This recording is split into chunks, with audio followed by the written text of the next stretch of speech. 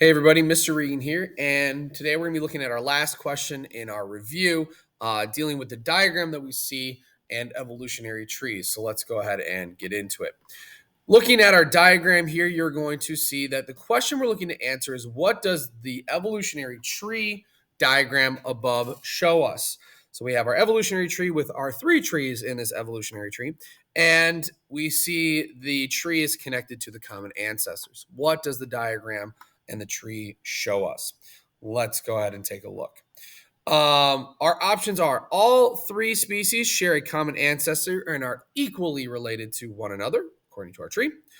All three species share a common ancestor, but but the oak and willow are more closely related. So the oak and willow here are more closely related to each other than they are to the palm. Um, Last option, all three species share a common ancestor, but the palm tree and the willow tree are more closely related to each other than they are to the oak.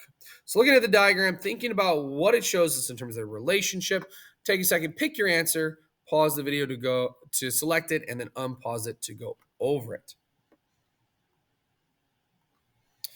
All right, think you got it?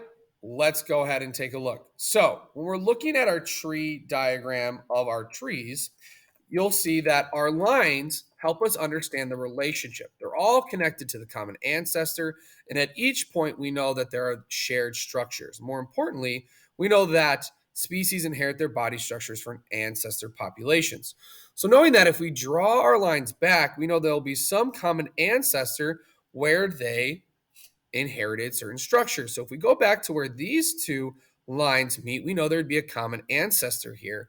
And we know there'd be some shared structure that might be shared structure with the leaves or the trunk or the roots or some other part of the tree. And then if we draw back here, we see another connection between the palm tree and both of these species where another common ancestor would be, in this case, this one, with other shared structures related to, again, the roots, the branches, the leaves, and so on.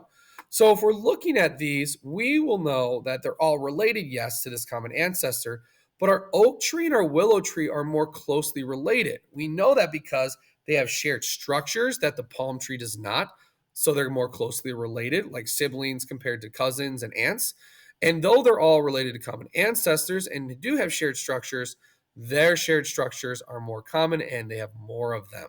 So our best answer is going to be the second one. Okay.